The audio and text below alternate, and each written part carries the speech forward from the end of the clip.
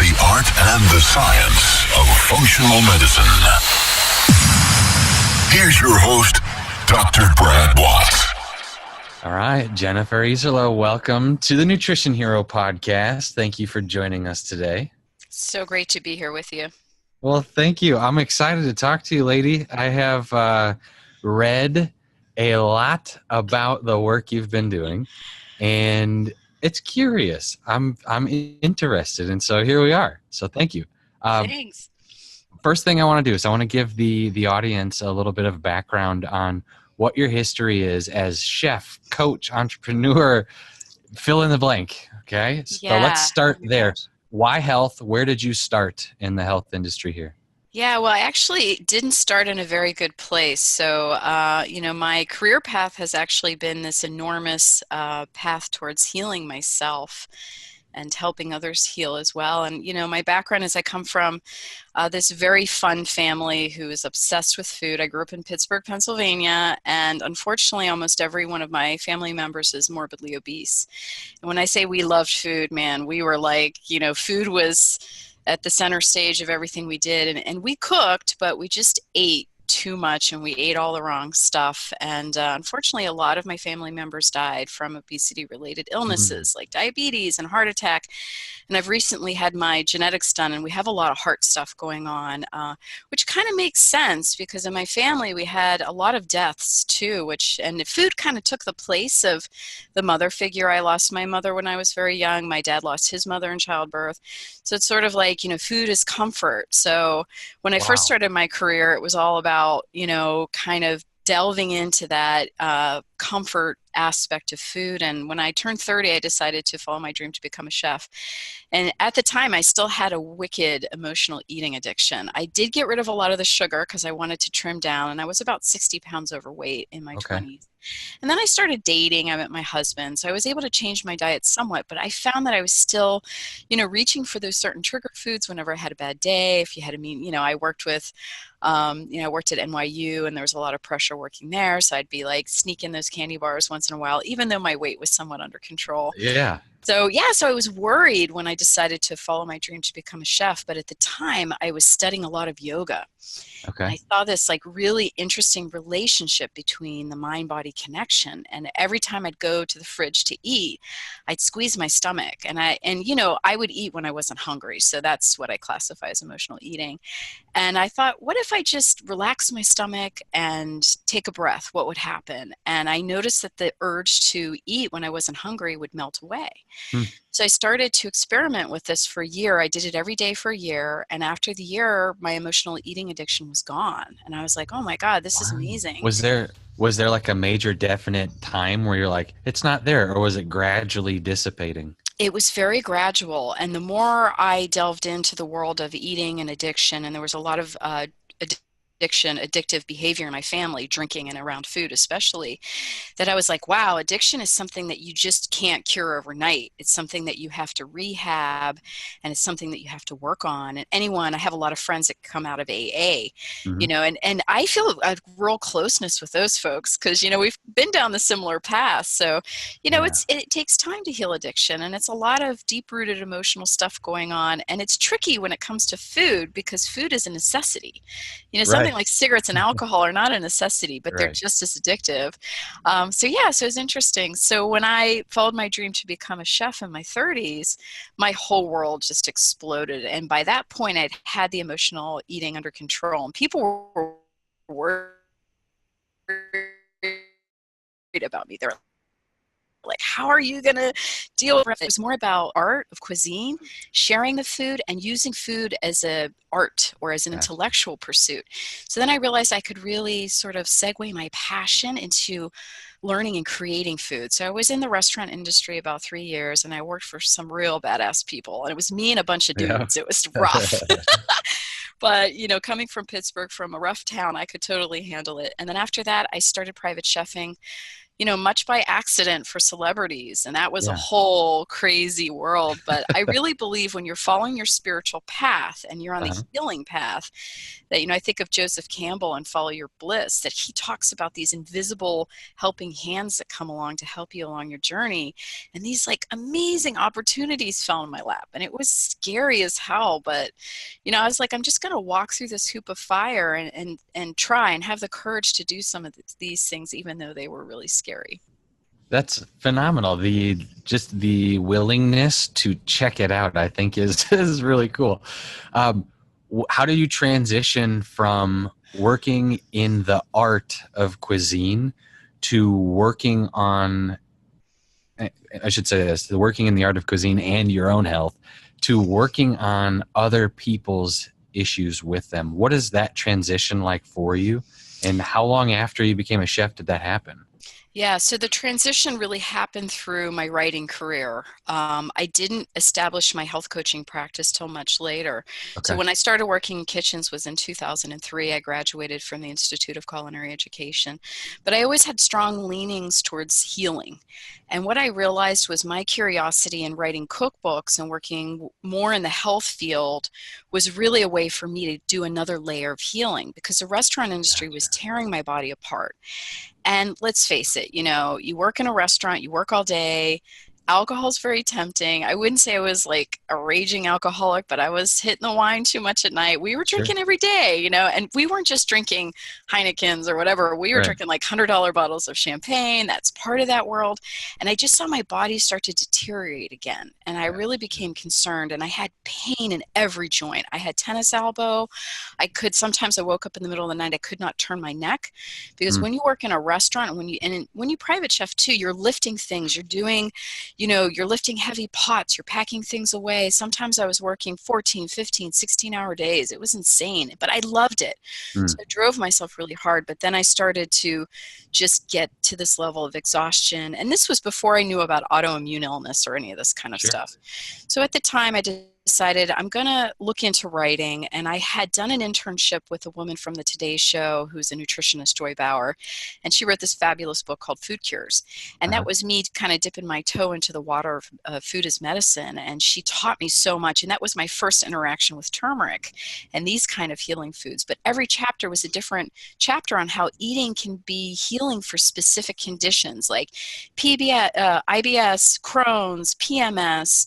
Yeah. And this is where I started to learn that, oh my gosh, I suffered from IBS, but at the Mm. time, nobody knew what IBS was. And I thought it was because I was emotional eating, but I actually had some severe issues inside my gut, problems with the microbiome and this is way before the microbiome science was really, Yeah. out there. So through that book, I was like, gosh, I love recipe developing. I love writing. So, Joy introduced me to Self Magazine, and through my relationship with them, I became their contributing chef. And this is back when magazines were still a thing, before Right. the internet really went wild. And I started to write a lot more about how to cure yourself through food, but still make food sexy and delicious, because I was a chef. Right. So, that was really my foray into another layer of healing. And I started to go deeper down that rabbit hole. And I started working with doctors and organizations that fought diabetes and obesity and things that my family, conditions my family had died from, family members had passed away from. And as I got deeper into that, I started to meet these amazing healers. And I was like, wow. So at that time, I was like, I want to go deeper into the healing world. So I got a certification in Ashtanga Yoga from Dharma Mitra, and then I got a health coaching degree from Institute for Integrative Nutrition. And that's where I met even more amazing people. And I was like, God, this industry is interesting. But I wasn't really interested in Right. the yucky health food stuff. I was like, how do I Okay. make healthy eating sexy? Because it's got Right. to have both. It has to have that emotional charge and the health component. That's awesome. So, like, the engaging aspect is a barrier for a lot of providers in the healthcare space. Being a provider, it's like, how do you create engagement where it actually means something to somebody, where they're not just doing it to satisfy the problem, where they're doing it because it satisfies like a heart need, and that's really cool. What is it right now in the consulting you do, in the teaching that you do? What is it that you are seeing within this industry, healthcare specifically, what is it that you're seeing that we're missing? Like, just from a patient engagement standpoint, what are we Yeah. missing? I mean, what we're really missing, and what I tell practitioners, because my health coaching practice is almost, I would say 99%, I coach integrated and functional medicine doctors. And they've got what they need to tap down, but I think they've got so much stress themselves from trying to run cash-based businesses, be Yeah. entrepreneurs, and be healers. And they do amazing healing work. But this is something that I think everyone is missing, and we're moving towards this, is that idea that you have to heal the body, the emotional state, which is also called the soul sometimes, Sure. and the mind, but they Mhm. have to be in equal proportions. And this is something I learned from my yoga practice, from my study in alchemy, also from working with chefs and working from health experts. If you work with a chef, they have too much emotion, and then Right. they eat too much and the body's off, and their Right. mindset's a little kooky too. And then if you work with someone who's too much, that's like a yogi to the nth degree, they don't have that soulfulness around food. They're the opposite of a chef, and Right. they don't have that joy in their lives. And a lot of those people are orthorexics, that they're afraid of what they're putting in their mouths. And then if That's you have, huge right there. That is humongous. And I think it's inevitable for anybody that gets into the science of food. yeah, you're too oriented on the mind. But what Yeah. about the lusciousness of the female? And this is, when I say female, I mean the feminine Yeah. energy in the spiritual sense. But this is what this idea of this caduceus is, that everybody sees the Mhm. symbol with the staff and the snake. And the medical industry has misused it somewhat. It's actually taken from alchemy. And what that symbol means is that you have both right brain, left brain energy in sufficient quantities. So what that means is you have creativity, you've got, the magic aspect, you've got sensuality, you have color and art. And then the other side, you balance that with science and logic and numbers, mathematics. And that's what the people that built the pyramids, this is what alchemy is talking about. Mhm. Yoga talks about it to some degree too, but I prefer alchemy because they really suss it out for you. So the idea is it's okay to be logical, but you have to be balanced on the other sides too. You have to have the creative stuff. You have to have the love for nature. And this Right. is where that sensual aspect comes in, but you don't want to be oriented on too much one or the other. Now, that gets tricky because some people are just naturally more one than the other, and that's okay. That means you just have to adapt practices to balance out the other side so you're not Mm. like the one-tracked mind. And very brilliant people are usually way oriented, like, Yeah. like an Einstein. But if you read some of what Einstein was writing about, he talks a lot about mysticism, which Mm. is the feminine right brain. And, that's the idea of the sun and moon too in alchemy. And that's what those symbols are. So when you're trying to teach people about holistic balance, you have to have both aspects. You have to have the sumptuousness of the food and the emotional connection. And then the logical side, does that food heal? Is this food right for your condition? Do you have to tweak the food because you can't have Mhm. gluten, or you can't have dairy, or you need to go more ketogenic, or maybe paleo, or maybe modified, like an Atkins style diet is better for you. So you have to walk the fine line between those two sides.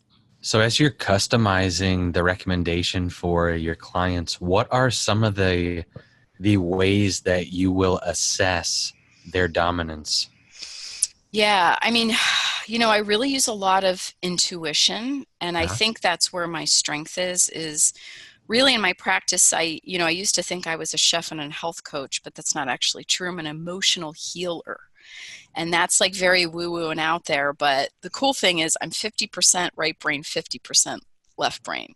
Okay. So I'm able to take that woo and kind of parcel it out into actual practical ways that people can do it. Right. When I diagnose people, what I do is very similar to, a psychologist or a therapist. And there's a lot of talking. I do use some mystical tools in that because alchemy does allow for that. But I usually look to see what the person, like what works for the person, because I come to them to figure out how I can help to Yeah. kind of unlock. And we're dealing with things like, burnout, severe stress, emotional topics that they haven't done 100% healing.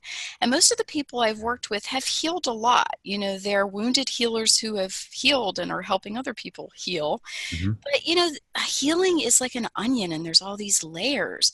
And the other thing is just maybe sometimes they just need someone to listen to them. So once I listen and we have this connection, and what happens on an intuitive, empathic way is I kind of scratch that sore spot.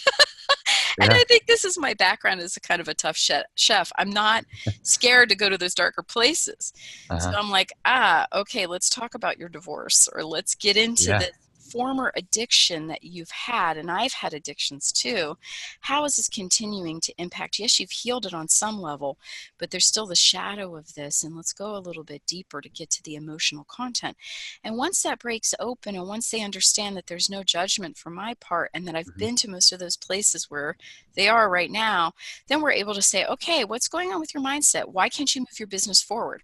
I'm terrified to be on camera. I'm like, dude, my first time on camera was a Today Show. I cried. I went in the bathroom. I almost threw up. Like, let's explore that. Why are you afraid? And they're like, I'm afraid that my peers are going to judge me. My parents never supported me. I didn't have money growing up. I had to put myself through medical school. These people have done enormous amounts of heavy lifting, just like myself. So I know Mhm. exactly where they are. And this is true of my clients that are not doctors. And these are Yeah. clients that have been through an enormous amount of physical, emotional, mental abuse. And they've already done a lot of healing, but there's still more healing to do. And people need support now more than ever. 100%. I think what's really interesting is when you look at people's histories in this context, their health histories and their experiences, there are so many disease patterns that manifest along the lines of similar traumas. And it's one of those things where in practice it's so blatant that you can't ignore it. But in the medical literature, it's so Disassociated, sort of. Yeah. disassociated that you can't read about it. And it's one of those things that I think is super important to address. And it's interesting that sugar tends to weave itself in and out of all of these different emotional traumas that people are dealing with. And I know that you are an author many, many times over, different books on different diets and strategy and cookbooks and stuff. What have you found? What have you found as far as like a route or a vein in the education that you're offering people that helps unlock some of those things that they're dealing with? Yeah, I mean, this relates back to what we said at the very beginning of this podcast, is Uh-huh. that you have to look at the problem from a threefold perspective. So when we talk about the Trinity and these spiritual experiences and alchemy and yoga and all this stuff, they are talking about the Trinity over and over and over and again. And the Trinity in medicine moving forward, the future of medicine, which I believe is integrated in functional medicine, is the body, Mm-hmm. the soul, which is attached to the emotions and sensuality, and the mind. So there is an imbalance in one of those three. You can't just go in and fix the body. We're not cars. I mean, yes, for emergency, you go in like, I broke my arm, or once I put a knife through my hand. Yeah. You bet your sweet bottom, I want emergency care. I want to go in and Right. get painkillers and get that stitched up and get an operation if something happened to my tendon. But the idea is also I need to think back, why did I put that knife through my hand? Because I'm stressed. Right. There's always an emotional. Why did I put my knife through that hand in a mindset way? Because I was being disrespectful of my tools, and my chef in culinary school told me, put that knife guard on. That's Mm-hmm. exactly what happened. So there's always two other pieces you need to look at. And sometimes the root cause is not the physical. Everybody thinks it's the physical, because that's how Western medicine is kind of divorced from Right. the right brain stuff, which we talked about. And we have to bring those two pieces together. And people know this. We also know that emotions and mind have such a huge impact on hormones, how 100%. cortisol is released and all this kind Yeah. of stuff. And what's also interesting is when you deal with these energy centers, Mm-hmm. I call them like energy centers or turbines, chakras in yoga, but really those energy centers have the emotional and mindset pieces baked into them. Everybody already knows what those are. If you ask someone like, my heart is broken, we know your heart isn't literally broken. But if Right. you have a bad breakup, could you have a heart attack from that? Damn straight you can. Absolutely. And the thing with sugar is all about, the feelings of love, not getting enough love or security. Mm-hmm. But that also can hit you at the instinctual chakra, which is your gut, Mm-hmm. which makes a lot of sense for me as an empath. The two instinctual areas are the third eye and the gut. And those are the areas that are hit hardest by sugar. The brain and the microbiome, man. There's like so Right. much interweaving here. Once you understand that, you understand if you have someone coming in for severe IBS or Crohn's, Mm-hmm. colitis, or some kind of cognitive thing, you need to look to see if they have had a parent who has died tragically, if a child has died, if they've had some kind of severe heartache, because I bet there's some kind of connection there. So this is why it's important that you've got to rehab equally. And right now where medicine is, we're just starting to kind of tap into this stuff, but even in functional medicine, they don't quite give enough stress to the other two areas. We're still, but practitioners out there are more clinicians, and they're more on the mindset, mind, logical end, which is good. Because you guys have to suss out kind of how to fix the equation. We need practitioners to be on that axis, but you guys also need a health coach who's more on the emotional end. That's to right. hold the hands and listen to the tears and do the kind of work you don't want to do either. Because a lot of my doctors are like, I can't be these people's mothers. I'm like, you should not be. You should have a health coach, a person Right. like myself who's going to do the mothering for you, Mhm. because you can't be everything to everyone. It's going to tear you apart. And this is part of the reason why 100%. practitioners are so overloaded. 100%. And one of the things I find a lot of value in that you said is that there's the balance of it. There can be patterns in that balance or imbalance, so to speak. There are going to be patterns, and I feel like life is a bunch of patterns. And when you can understand the patterns that show up repeatedly over and over and over in the patients that you're serving, there's something there, and it's more like a road sign for you that says, hey, dummy, look over here for like a minute. And I find a lot of value in that. One of the things that you had mentioned earlier before we got on the podcast live here is that there's this theme in healthcare right now where patients are struggling because the doctors and providers, et cetera, they're trying to be everything to everybody, but they're so overly trained in this one area I call it the hard skills, like the science skills. They're so overly trained in the science skills, and we get into even like breaching the soft skills aspect of this, the more emotional skills.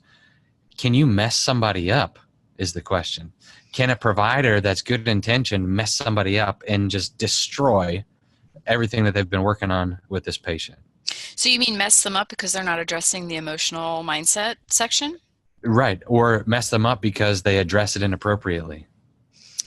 Yeah. I mean, I feel like what happens with people, and, my husband and I, because we both work in this industry, we're both, huge champions of integrated and functional medicine. He works on the tech end.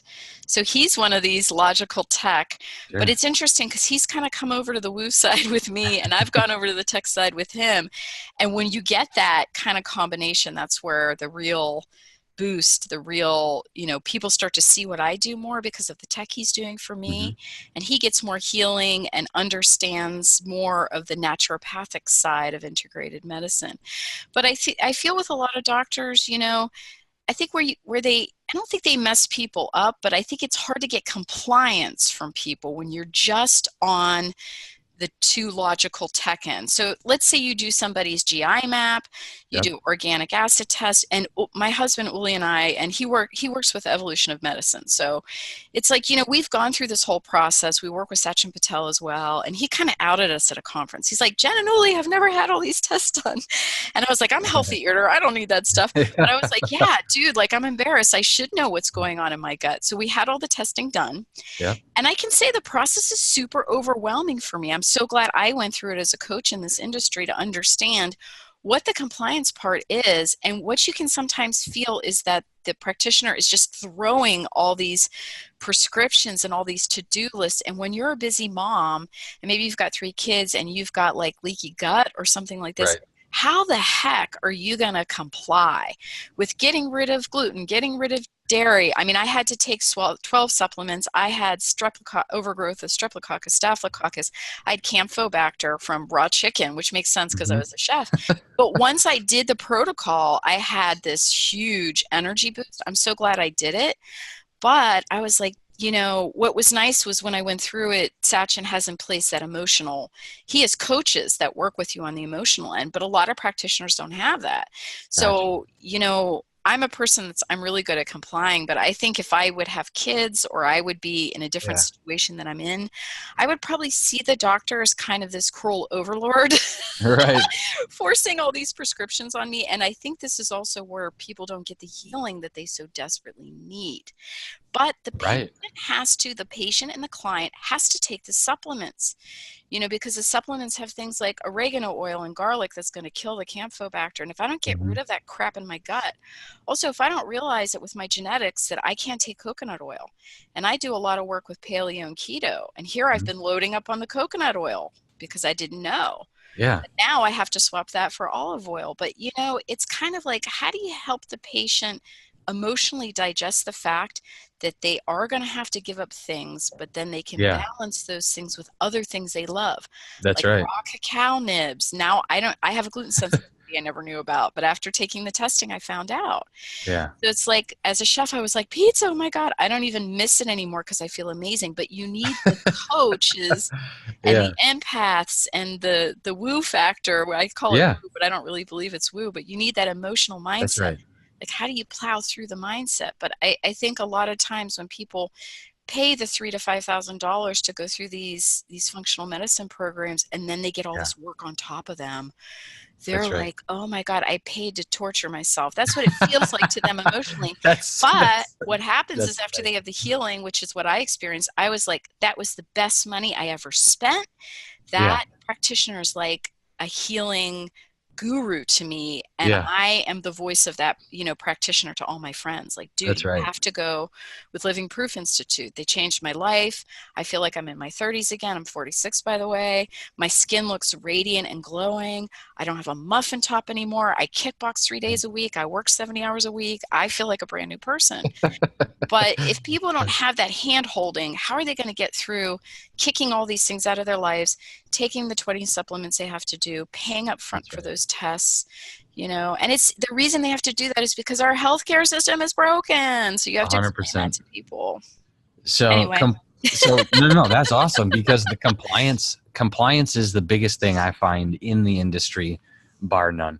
Because if you can get people to be compliant, it works, right? The programming works, and it's not because we're all so brilliant, right? You and me and everybody else. It's not that. It's that this power in the body that heals the edges of a cut together is so amazing, and it's still willing, right, to do what it does, even though we abuse it for decades. But And we have to give the right environment, and that's the exactly, food and the supplements, but we have to give the right emotional environment too so people can follow the protocol. 100%. So there's, I wrote a book, a forthcoming book, I should say, that's called Killing Chronic Disease. And the book is about the connection between, I call them the realms, but these three different realms. And the connection is interesting because really I sat there one day in my office and I was like, how come some people heal and some people don't? What is it like? Even though they have socioeconomic advantages, they have more money than they could ever need to spend on testing and tools and stuff, and yet they can't heal. And then there's a lady that doesn't have two pennies to rub together, and she heals because there's something different about the way that lady's approaching her health. And it was interesting. So it was like an existential crisis for me because you're looking at like, the scientist in me wants repeatability. I want everybody to get better, right? And then there's the softer side of me that's like, well, maybe this guy's got stuff going on, that we're not dealing with. Yeah, and the And other thing is, why do people heal of stage 4 cancer and live 10 right, years and other people die within a week? that's right. I mean, some of that is also just environmental things that where they are in their bodies, but I just have to attribute a lot to emotions and mindset and the will. And those are That's all, like, yeah. man, studying epigenetics, I think that the mindset and the emotion and will are bar none, like some of the strongest epigenetic triggers and influencers that we have. And it's interesting how emotion can change physiology in just a matter of seconds. And when you're stuck in these emotional patterns and these emotional loops, as I call them, it's like there's almost nothing you can do chemically to get out of it. It's interesting. Yeah, So, that's like Dr. Joe Dispenza's work when he talks absolutely. about what the bleep and his book Supernatural, which I just finished reading, which is Yeah. fantastic. But also you can have someone like me who, has gotten out of this loop. And I have the warrior gene, which is Right. really bad. The warrior gene is basically like quick to anger, low blood sugar. If you have the warrior gene, you basically end up in prison, which helps me in kickboxing. But then my teacher's like, Right. no, you get too angry. Right. And actually professional kickboxers do not have the warrior gene, but that runs on the male side of my family, and I've learned to sort of mitigate all these things with very specific practices. And they don't have to be specific to me when other people take on these practices, but I do a lot of emotional and mindset work, and I do it every day, because Mm, if I don't, I find myself going back into those darker places, and places that's where, right. I've had alcoholics for the last 4 generations. I've got heart disease, obesity. I have the Mhm. slowest gut bugs. I also had just my general gut bugs tested. So my gut bugs pack the fat on. I have all the cards stacked against me, but I'm living this incredible life because I've got those 3 pieces. I'm working those 3 pieces all the time: body, So, emotions, and mindset. so there's this book, all right? We have this latest book by you, and I'd like to talk about that. Tell me about what it is, what the inspiration was, and how is it different from the works that you've done previously? Sure, sure. So I feel like the new book that I came out with, first of all, it's my favorite book. It looks amazing. And I did all the food styling, the prop styling for Mm, it. And it is the culmination of all the work I've done to date. So I started out working more in very traditional forms of nutrition. Food is medicine, but not a lot of mindset and emotional. And I did work a little bit with the yoga background. I've been a writer for Yoga Journal for a long time, but my nutrition knowledge was very, very technical. And, I've worked for Atkins, I've done ketogenic books. So a lot of science. I run nutritionals. I've done a brain book with a doctor, a gut book. And in there, they sprinkled a little mindset and emotion stuff. But this book is way more skewed on how do you diagnose illness from the 3 different areas and how do you work on gotcha. that. So, I came to this idea about 5 years ago. So this book has been in the works for a Yeah. long, long time. Is I plateaued out of my yoga practice, and I've been a yogi for 18 years, well, closer to 20. Mhm. And I was just like not feeling any more transformation from it. And one day I saw this amazing engraving from the 1600s that was about alchemy. And I was like, "Ooh, dude, what's all this alchemy stuff about?" And I went down that rabbit hole, and I read every book I could get my hands on alchemy. Sure. And I started to realize that alchemy is actually the ancient form of functional medicine. Right. There was a lot of doctors who were creating these amazing cures, including people like Paracelsus, who created this amazing zinc salve to heal cuts and wounds. I think that was in the 1600s as well. And, they were doctors who were doing mindfulness and emotional practices with their patients and using the power of foods to heal them. Herbalism. Wow. So our modern day naturopathic medicine is born out of that, and chemistry is born out of alchemy. But chemistry is just the logical piece. They're like, nah, we don't Right. want any of that emotional That's mindset right. stuff in there. But now we're kind of going back to alchemy. And what makes alchemy a little different than yoga and some of the other practices is they actually give you prescriptions on how to deal with these energies that have all the vital organs and the glands in them. And this is what the ancient Right. Egyptians were going on about. And now we know glands are so hugely important. And this is what, all the great functional medicine doctors are onto now, but the adrenals and, Right. the thyroid and all this. But there's always an emotional, mental component behind those things. So when I got deeper into alchemy, I realized too that the directions for dealing with these glands are actually cooking terms. Oh, And I was like, wow. "Oh, chef, this is so awesome." And I'm a Yeah. chemist, and my husband's a former PhD in chemistry. We both got it right away. We're like, man, alchemy is like basically the directions of how you heal. Now in Right. yoga, you have those too, but they're much more diffused and they're harder to figure out. Hmm. And because yoga is more a tradition where you go in a cave and you meditate or you work with a guru, alchemy is more like the lab person that wants to go in and tinker. So this is why alchemy appeals to functional medicine practitioners, Right. And a chefs, and chef. chemists. So alchemy really is the like healing system for our people. So the book that I came out with, Superfood Alchemy, is the way to really heal these energy centers threefold. I Hmm. talk about what ancient alchemy is in the beginning, and the functional medicine community has really rallied around me with this book. Sachin Patel wrote the intro, and a lot of the greats like Kelly Brogan did a wonderful Yeah. quote for the back. They've all read the book, and Mm. it's beautiful ways to enjoy plant-based eating, and I even sneak in adaptogenic herbs in there. So because compliance is so hard for people, instead of trying to make them take a pill, turmeric pill, Right. rondiola, I always pronounce that wrong. Rondiola is another one of my favorite adaptogens that I use for kickboxing for sore muscles.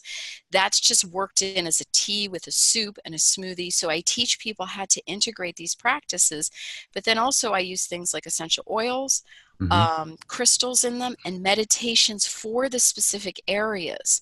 So the Gotcha. meditations are specific to those areas. So let's take a woman who has Hashimoto's. Sure. Okay, we know that's an issue of the thyroid.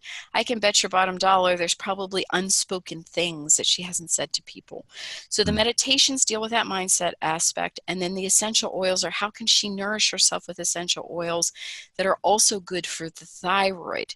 And then, of Right. course, superfoods for that area, which are things like Brazil nuts, selenium. Right. But don't do too many Brazil nuts because there's toxicity. Right. So it's, the book has a lot of science in it as well. So alchemy really is the merging together of science and spiritual practice, mindset, and emotions together. And that's what that caduceus is. So Awesome. yeah, so this book is just, so special to me. And it's really everything I learned in my own healing journey, and also a way for me to teach people about holistic healing in the true way. Absolutely. So, where can this audience find the book? I'll include a link, but where can we find it? Yeah, my husband, the tech god that he is, actually created a beautiful website. So there's a Sure. website there. It's superfoodalchemy.com, and I have a free video series too. Okay. So, the book comes out April 9th, but, even if you don't want to get the book, but, please pre-order it if you can. Yeah. But you can do the video series for free. And the video series is 10 ways in 10 days to get you on the alchemy path. So it teaches Yeah. you everything of the basics of healthy plant-based eating. I have what is adaptogenic herbs, how do you use them, crystal healing, dip your toe into meditation, and other practices that are featured in the book. All right. Very cool. Where do you see the future of functional medicine headed right now? It's something I ask almost every guest. Where do you see the future of this industry? Yeah, I think this is the way people are really going to heal chronic illness. And I've healed my own chronic illnesses from, doing these practices. And I think there has to be a real shift in the healthcare system too. So we have a lot of things going on politically, Hmm. financially, but I think more and more people are excited about this kind of medicine because people are understanding that food is a real place where you start and then you're adding in these other things. But one word of caution is it can't just all be about food as medicine because we need the testing. That's If right. I didn't get tested, I would have had no idea that I had all these creepers in my gut. And so Yeah. it's got to be individual medicine. And That's that's where right. I see the future kind of coming around the bend. And I think the people that are starting out now that are killing themselves, like the Jolene Brightons, who are amazing, the Kelly Brogans, Yeah. Sachin Patels, like all these people that I work with, my friend Jared Siegler, who does a lot of stuff with cognition, these are people that are revolutionaries. And this is why it's so hard for this industry. And I keep reminding people that I coach, my practitioners, that you guys are not only being entrepreneurs, being healers, but you're also carrying a flag. You're fighting against a current. But this has to be done because the earth and people are never going to heal if this work isn't done. So you Yeah. have three jobs. Speaking of threefold, you have to run your practice, be an Hmm. entrepreneur, and be a spokesperson. And you're up against a lot because we're looking at the drug companies. We're looking at this backward way of thinking. People still believe old food science, which is Right. ridiculous. Yeah. So we really have to be the forerunners of this industry. So we're very lucky that we have each other, and we got some really strong people in here. It is very fatiguing though. So just make sure that you're taking care of your emotions, your mindset, even if you're only doing 15 minutes a day. Meditate, people, please. None of these practitioners are meditating. What? Get up 10 minutes a day, do your meditation. It'll keep you on the straight and narrow, and get yourself a coach that can help you with the emotional stuff. That's what I was going to ask about next. Let's say somebody wants to get more information from you. How do we get a hold of your coaching services? Yeah, my coaching website is bodyandsoulalchemy.com. And on that coaching website, I have all the details about my programs, and pretty much my coaching is almost 100% remote. A lot of practitioners don't have time to meet in person, and they're from all over the US and in Canada, and that's just where we're able to talk. We're able to go to those places, and we do a few little woo things in there too to make it fun, because healing should be fun as well. So yeah, you can reach out to me Absolutely. there. All right. Very cool. Jennifer, thank you so much for sharing your passion, and then like the vision that you're holding, I think is pretty awesome. This is cool. So Yeah, I feel so thank you for blessed being to be here. in this community, and thank you so much for having me on your Yeah, podcast. absolutely.